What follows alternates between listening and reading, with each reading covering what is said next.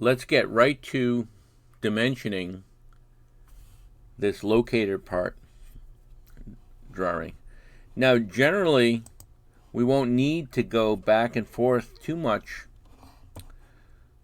to the print, except to check and make sure that we've actually got and found all the dimensions, that we haven't missed anything.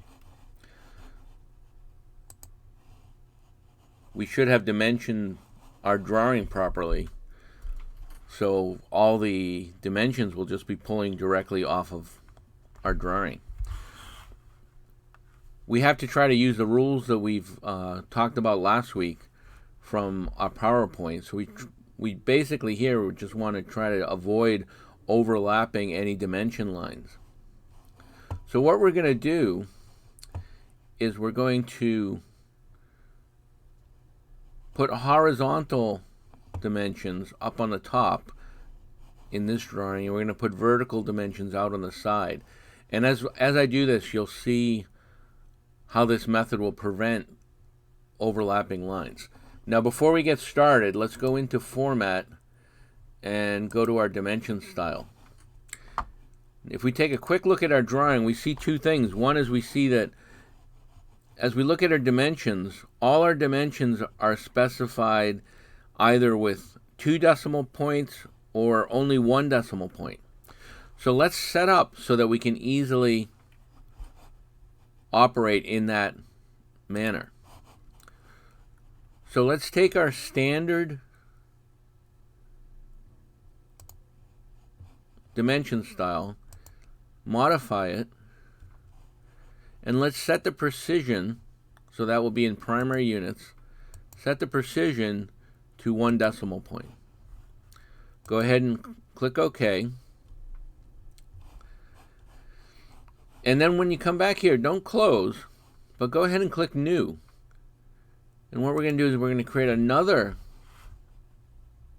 dimension style. And let's call this 2dp precision. So this is our dimension style that will have 2 decimal point precision. So we hit continue, and then we're going to go to primary units, set the precision to 2 decimal points. Go ahead and click OK.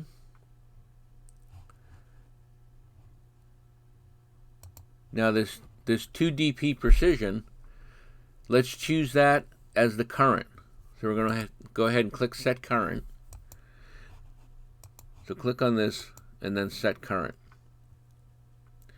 And that's one thing you have to make sure you do all the time when you switch between these two. If you just click over here and then choose Close, you actually haven't set it. So you have to click and then choose Set Current. And what happens is when you do that,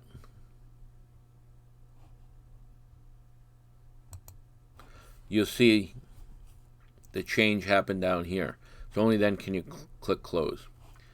Anyway, we're going to start up with the 2 decimal point, Set Current, and then Close. So now we need to see which dimensions are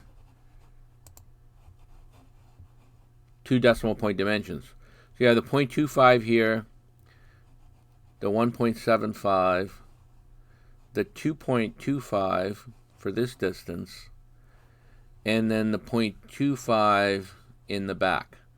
So let's go ahead and put those dimensions in. So we're going to choose our dimension. We'll start up here. And let's see what I have on that I don't like. I want to be on polar snap here, not grid snap. And in fact, I can turn my grid completely off.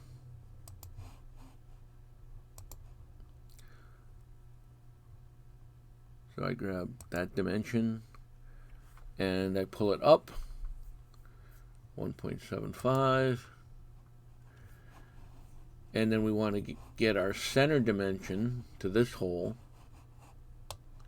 Move this down a little bit. So we click on this point and click on that point. We pull it up 2.25. Now if we put the 0.25 over here, you see we're going to cross lines. So for that reason, we're going to come down here and put the 0.25 over here.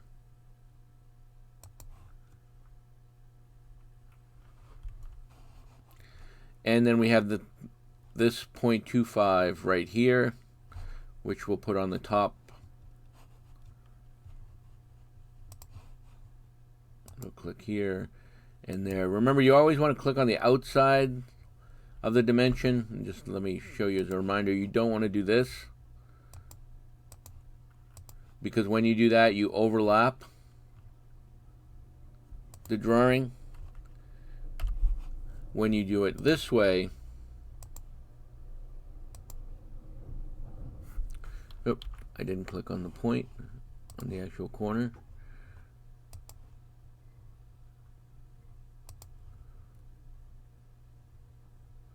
So when you do it this way, you can see there's a space, so we don't actually contact the drawing. And when we place these, we want to try to basically have a general alignment. So we try to align so that this dimension is really about the same height as that dimension. Doesn't necessarily have to be exact. Okay, so that takes care of all the 2 decimal point dimensions. So now we're going to go ahead and go back to Format, Dimension Style, choose our standard dimension, make sure we set current, and then close. And now we can continue dimensioning this drawing. So we're going to do this opening over here. I'm going to pull that out. And again, we're going to make it approximately at the same distance as that one. And then we're going to come over here and we'll do this 0.5 inch dimension. Pull that out. Now that's all we need to do on this drawing. Remember, we have other drawings and we want to spread the dimensions out to make them easier to read. So this 1 inch, if we put it over here, we're going to be potentially crossing over other dimensions. Actually, we could put it up here, it would be okay, but there's no reason to, because we can simply put it over here at 1 inch. And then we can put the 1 inch dimension over there. And again, you want to put the dimensions where they are most appropriate and most useful. All of these dimensions that we put here, these are where they'd be doing the actual cuts. So you would be doing this 0.25 inch cut as you're looking down from this view. In this part, you would generally be doing these cuts looking down from this view, that you'd be cutting away this part of the block. So we can also put the major dimensions here. So we can add in the 2.5 and then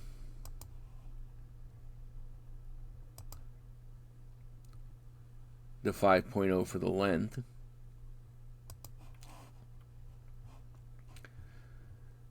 And then we can move over to this drawing and we get the 3.0 for the length, and we want to try to bring this down so that it's approximately at the same level. And we also want to bring it down far enough so it's not conflicting with these center lines that we put in, because that'll look a little bit strange as well. So if I did something like this, you can see how that doesn't look terribly nice. It looks a little bit confusing and wrong. So we can pull that up like that. So now we need to put in this angle here, this 30-degree angle. So we can choose our angle dimension, and we can click here for one of the lines. And then for the second line, we can click here And it actually finds the extension of that line when we pull it out. So we can pull out the 30-degree angle there. Okay, so at this point, we just need to check that we haven't forgotten any dimensions. We do not need to dimension this height here or this height, because those get specified by the 30-degree angle. Now, nor do we have to specify this for this 30-degree angle that it's at 2 places, or for this 0.25 and the 0.5 that they're also at 2 places. The fact that we took the center line and drew it all the way down the drawing, that implies that whatever's going on this side is also going on that side. So it implies that there's a symmetry, and the fact that you're not told that there's another dimension, it's very implicit that this is a symmetrical drawing. So you don't have to go ahead and add in, 0.25 2 places, 1.75 2 places, 0.5 2 places, 0.25 2 places, 30 degrees 2 places. Again, the rules are don't add more information than you need.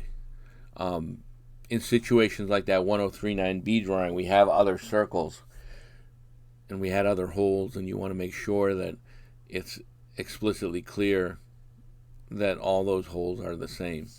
So you in those types of drawings, it's important that you do that, but it isn't necessarily true here. Okay, so at this point this drawing is done, so we should go ahead and save our file. Actually, before we save, let's do one final check. We should go back over here. Just check to see if we have missed anything, and I don't believe we have. If somebody, as they're going through this, sees a missed dimension, please let me know. Certainly that happens. Dimensions can get missed, and generally when a dimension gets missed, what happens is you get a call from the machine shop and they say, hey, we're trying to build this and we're loading in the file, and we find that we have this dimension that is missing. We think it's supposed to be this. Please tell us what it please confirm that that's correct, or if not, let us know what it is. Alright, so this is done. This is the end of the video.